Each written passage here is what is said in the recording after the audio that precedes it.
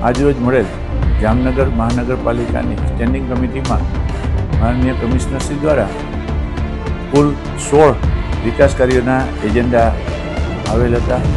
એ 16 વિકાસ કાર્યોના એજન્ડાને આજરોજ મળેલ કમિટીમાં બહાલી આપવામાં આવેલ છે।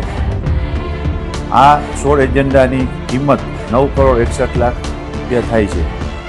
આ 9,61,00,000ના કામમાં રોડ રસ્તાના કામ, વોટરવર્ક્સના કામ, સીસી પેચવર્કના કામ જેવા મુખ્ય કામો હતા।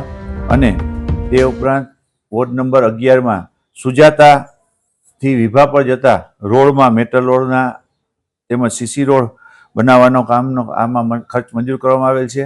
તે ઉપરાંત વોર્ડ નંબર 9માં અંબર સિનેમાથી ડીએસ ગોજિયા સ્કૂલ તેમજ ડીએસ ગોજિયા સ્કૂલથી ઇન્દિરા માર્ગની કેનાલને જોડતો રત્નસરિતા પાસેના એપાર્ટમેન્ટના રોડને પણ આજરોજ મળેલ સ્ટેન્ડિંગ કમિટીમાં બહાલી આપવામાં આવેલ છે।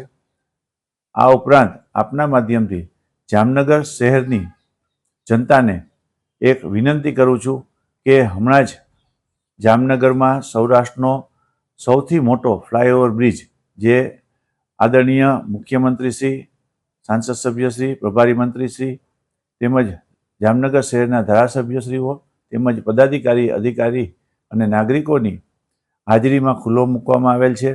આ બ્રિજ ઉપર જે બ્રિજની ઉપર લોકો દ્વારા રસ્તાની વચ્ચે કાર પાર્ક કરે છે, ટુ વ્હીલર્સ પાર્ક કરે છે।